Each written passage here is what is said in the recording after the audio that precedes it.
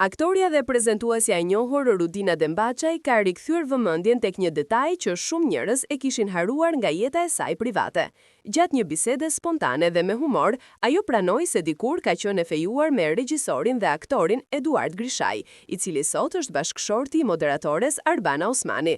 Ky fakt ka qarkulluar prej vitesh, si thashë them në rjet, por Rudina e konfirmoi për herë të parë së fundmi duke e shoqëruar deklaratën me batuta karakteristike të saj. Rudina njihet për mënyrën e drejtë për drejtë të komunikimit dhe për faktin që shpesh trajton tema personale pa ndrojtja. Në këtë rast, ajo tregoi se historia me Eduard Grishajn është një kujtim shumë i largët, madje aq i zbehur sa që vetë thotë se nuk e kujton më qartë. Të betohem që nuk mbaj mend asgjë. Pi 4 kokra omega-3 në ditë dhe jam shumë rënd me memorien, u shpreh ajo me të qeshur, duke pranuar se koha, ndryshimet dhe jeta e kanë bërë të mos ndalet më gjatë tek e shkuara. Megjithatë, ajo e vlerësoi familjen e tij, duke treguar se marrëdhënia ka qenë e qetë dhe pa konflikte.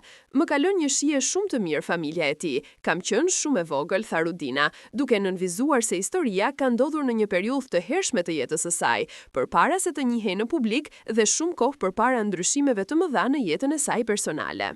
Rudina ka kaluar disa etapa të rëndësishme emocionale, përfshirë divorcin nga ish bashkëshorti i saj dhe martesa e saj aktuale me ish deputetin Mark Froku. Për shkak të këtyre ngjarjeve dhe ndryshimeve të shumta në jetën e saj sentimentale, ajo nuk nguroi të përdorte ironi, duke thënë: "Mua s'më vihet faj, se ndro burr, më është bllokuar memoria." Me këtë deklarat, ajo jo vetëm ironizoi veten, por edhe mënyrën se si publiku shpesh e ndjek e jetën e saj personale me intensitet të madh. Reagjimi i Rudinës u prit me humor në rrjetet sociale, ku shumë persona e komentuan si një nga ato situata që vetëm ajo diti shndërroi nga batut dhe moment mediatik. Pavarësisht nga e shkuara, aktoria tregoi edhe një herë se ajo dita mbaj veten me humor dhe vetironi, duke i dhënë mesazhin se jeta ecën përpara dhe kujtimet, të bukura ose jo, mbeten thjesht pjesë e rrugës.